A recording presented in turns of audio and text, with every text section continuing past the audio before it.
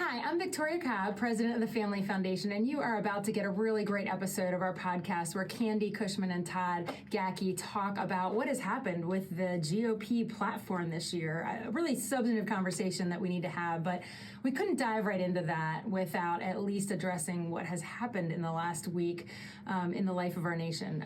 Obviously, we are devastated by the assassination attempt of former President Trump and just all that means for the fabric of our society and just sort of what it reveals about the nature of politics and just the partisan divide that exists that leads people to really take things into their own hands in a really unbelievable way. But we also, on a positive note, can't help but just admire the courage that was shown by President Trump and sort of that iconic photo that everybody has seen at this point and just the way that he handled the situation. And then, of course, at the RNC, so they're in the middle of this convention, and I think people were moved to emotion. I mean, really moved to see him come out and be a part of the festivities of the convention even before he was scheduled to speak in a couple of days later. So what a moment we're in, and I think all of history will look back at both the convention and his assassination as really just this assassination attempt as really just pivotal moments in our history. But we also felt like I had to also comment on the fact that we now have a VP pick. So I think it'd be weird to talk about the convention and the platform without at least saying, okay, so now we have J.D. Vance, Senator Vance. So just a couple of words on that situation. I think, first of all, the vice president pick is more important than I think we've often thought of it. It's in the news because we've been thinking about that in relation to the Democratic nominee, the President Biden, running again, and people questioning his competency and knowing that the vice president could really matter there. And also the fact that they've been talking about replacing him as the nominee with his vice president, Kamala Harris. So you got that going on, but also President Trump's age is relevant to the need to be thinking about the vice president. And of course, an assassination attempt makes you think about who is going to be the number two. So all of that has us focused on, well, tell us about this guy that is now going to be our vice president nominee. And I would say this, he's been a strong champion on a lot of the pro-family agenda. Most people know him.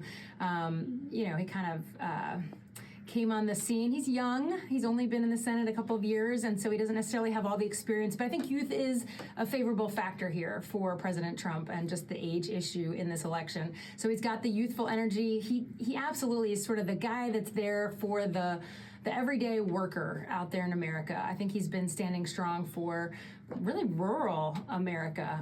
People know him because of the way that he wrote his book and just all of that. But I also would say he has stood for our issues. So he has actually brought forward a bill to, at the federal level, ban mutilation of children, to not let gender confusion end up in the harm to our kids. So I think that's pretty important that he stood for that. And then, of course, he has been a strong champion on the life issue. A little disappointed as of late that he's kind of trumpeting the same things that Trump's been saying about abortion, which has not been as strong as we'd like to see. So we'll be kind of watching that as the country continues to grapple with the abortion decision. But overall, I think most people feel like this is a pretty strongly conservative pick. So we'll see how that all unfolds. But I felt like we couldn't get into a conversation with the platform, which has now been adopted, actually, since the conversation that Candy and Todd had, without addressing all these things. So with that, I'm going to let you get on to this week's Speak Up episode. For the first time in 40 years, it appears the National Republican Party platform will no longer include support for a nationwide ban on abortion. What can pro-life Christians do about it, and what does this mean for the long-term future of the party? And what about state Republican leadership? We're going to talk about all this and more. Welcome to Speak Up Virginia, equipping you to speak up on the life, family, and freedom issues that matter most to you. From the Family Foundation, I'm your host, Candy Cushman, with our guest, Dr. Todd Gackey. Well, welcome everybody. Glad to have you with us for another episode of Speak Up Virginia. Victoria is traveling this week, and so that gives me a great opportunity to have Dr. Todd Gackey, my friend and colleague at the Family Foundation. He heads up our policy efforts. Welcome, Todd. Great to be back. Well, we were supposed to hear all about this experience you had getting booed in the General Assembly. Yeah. But yeah. Never a dull moment in the General Assembly, and especially when you get up there to speak in front of the committees. Yeah. You never know what's going to happen. So I really want to hear about this, but a little bit of news happened regarding the National Republican Party platform on life, and so I think we're going to have to talk about that. Okay. So we'll have to come back to you taking one for the team later. Yeah. Now, everyone's probably heard by now, I'm sure most of our listeners have heard about how for the first time in 40 years, it looks like we're no longer going to have the national ban on abortion wording in the National Republican Party platform. And so this is a sad day for us, seeing this happen. It'd be watered down like that. What are your feelings on it right off the bat? I think it's a big disappointment. We go from 2016, where we had some really great language in the party platform and seeing that defends life and the sanctity of life and is very, explains a lot of different positions. This is very watered down, takes out the effort to put in a national ban or some type of standard. So I think for the pro-life movement, this is a disappointing document draft, at least that we've seen. Yeah. And I know in a lot of ways platforms are considered symbolic, but I think people need to understand why a lot of us care about this so much is because we are talking about actual babies' lives. I heard someone comment the other day that right now, this year, thousands of babies that are 2 years old are celebrating their birthday because Roe was overturned. So we have to remember it's about real lives. Yeah, real lives are being impacted. And we're seeing these great gains as a result of the Dobbs decision in so many different states. And you can't change the hearts and minds of individuals, of viewpoints on this issue unless you have some very strong language in that platform. Yeah, if we're sending strong signals, not weakening signals. Yeah, it's frustrating. Yeah. Well, I did want to just qualify real quick that at the time of this taping, so when you see this, Republicans will be going to this meeting in Milwaukee where they're going to meet again about the platform leading up to the convention. So maybe there's some things that can be done last minute. I'm not sure how this is going to be playing out by the time you are hearing this. But even with that said, I did want to spend some time talking about how this was really ramroded through. Pro-life objections were shut down in a lot of ways. Yeah. And I think the best person to hear from on that is Family Research Council's Tony Perkins, because he was in the room voting during all this. Yeah, so let's just hear from him real quick. It was a gag order. They took our phones. They took all electronic devices. They didn't say computers initially, so I took my computer in. Then they updated the rule, forcing a vote on the body, even though I objected to take away computers as well. And then we had to listen to people from the campaign talk about the platform that they just gave it to us. We'd had no time to read it. And then as soon as they finished talking about it, someone called saying, hey, or somebody stood up, got the microphone, said, this is great, we need to adopt it. No debate. They cut off debate and held a vote. And 18 of us voted against it, not because it's so bad. It's not that bad. It's kind of cotton candy. There's not a lot of substance in it. It's not rat poisoning, but it's cotton candy. But it's not the type of policy principles, the enduring principles that the party is built on, especially when it comes to the issue of life. And that's what our minority report speaks to, is the issue of life, which going back to 1984 has been a key part of the Republican Party platform, which has enlarged its tent, drawing in pro-life Protestants and even Catholics into the party to work for the party to advance the sanctity of human life in public policy. And I think to your point, everything looks great in the platform. It's what's not in the platform, I think, that's concerning a lot of Christians. Okay, well, as the other Todd was explaining just now, it's not, the problem is not what's in the new party platform. It's what has been left out. Tell us a little bit more about that. Yeah, I think that's a great explanation. There's some okay language in there. And the description itself is not all that bad, but what they do is they omit references to things like prohibiting taxpayer funding of abortions. The big issue right now is the abortion pill. That is the predominant way of committing abortion, and that's not mentioned. There's a reference to protecting babies that survive a failed abortion. That's not mentioned. There are some different key policies in there that were in the previous platform that were not included in this platform, and that's a big concerning factor of all of this. So yeah, the language itself, not what's in there is not horrible. It's just it doesn't include some other key principles. Yeah, and it's not just the abortion issue we were concerned about. Tell us what's left out on the marriage issue. Yeah, on marriage, in the previous platform, it referenced marriages between one man and one woman. In this, it talks about marriages, the sanctity of marriage, which we would agree with as a statement, but making sure that you're very specific. The marriage is between one man and one woman. That's an important component of this, and that has been omitted from the platform. Yeah, I mean, when you have people redefining marriage, it can be, between man, woman, three women, whatever. Just saying marriage doesn't mean much. Yeah. So in life and the issue of marriage, these are the cornerstones of our society, Yeah. and if all of that is watered down, and then we have some serious problems within our society when we don't take those seriously. All right, I'm just going to put a screenshot up here of some of the platform wording. And as you can see, there are a lot of really good things.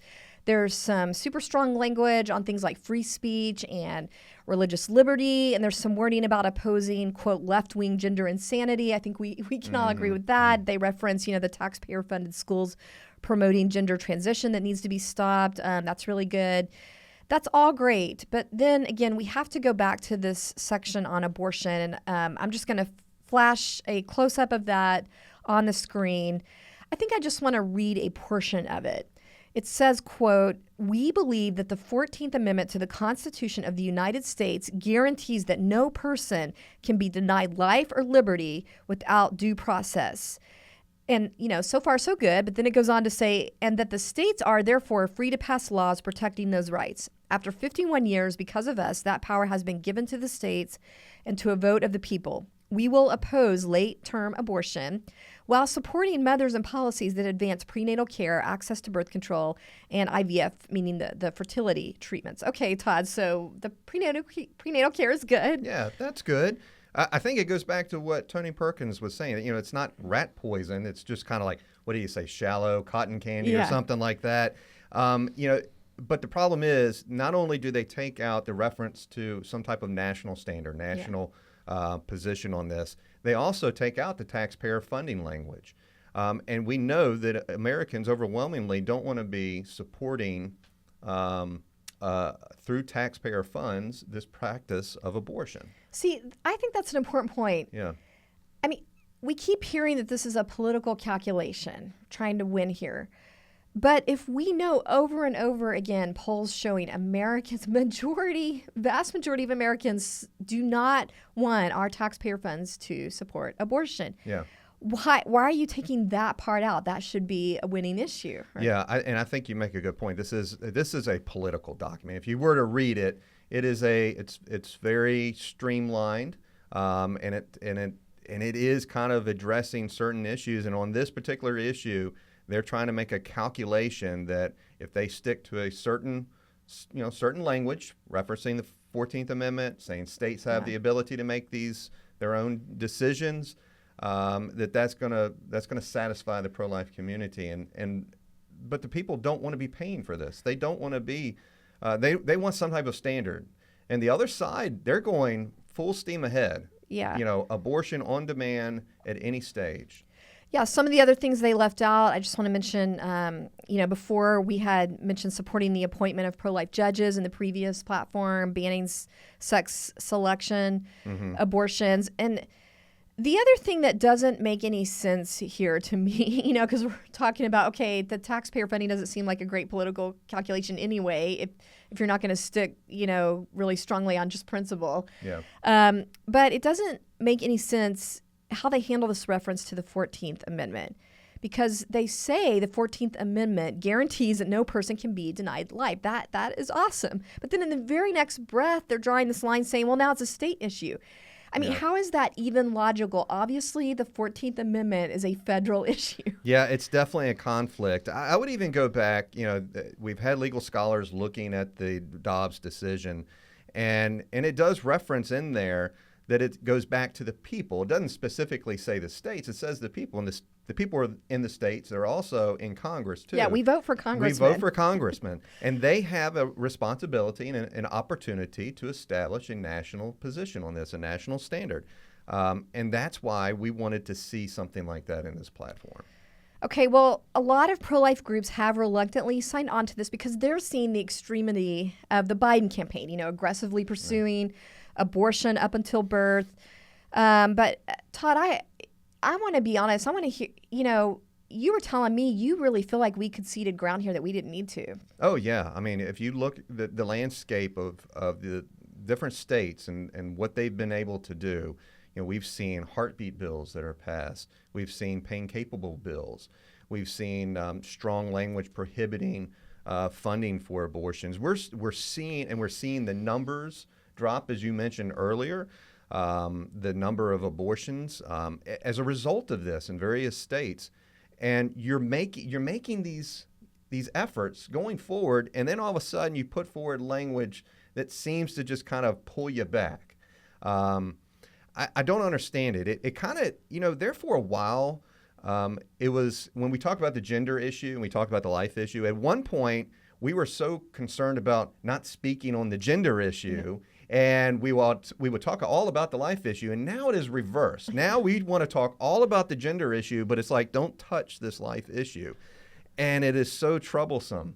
And so, yeah, we are now kind of, in my estimate, in my view, we're conceding ground on this.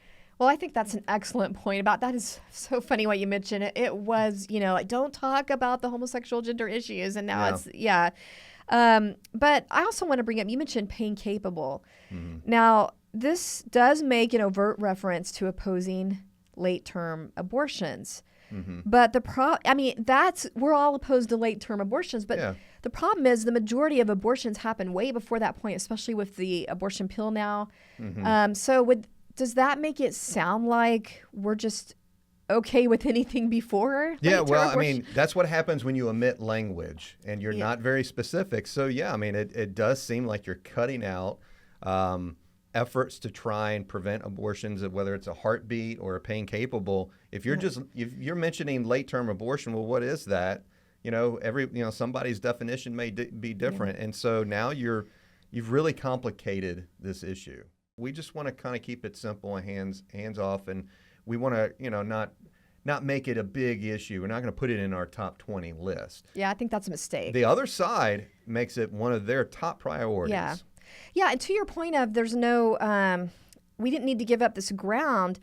The other side is going to attack Republicans on abortion no matter what. So we don't gain anything by not putting it in the top 20. I don't think.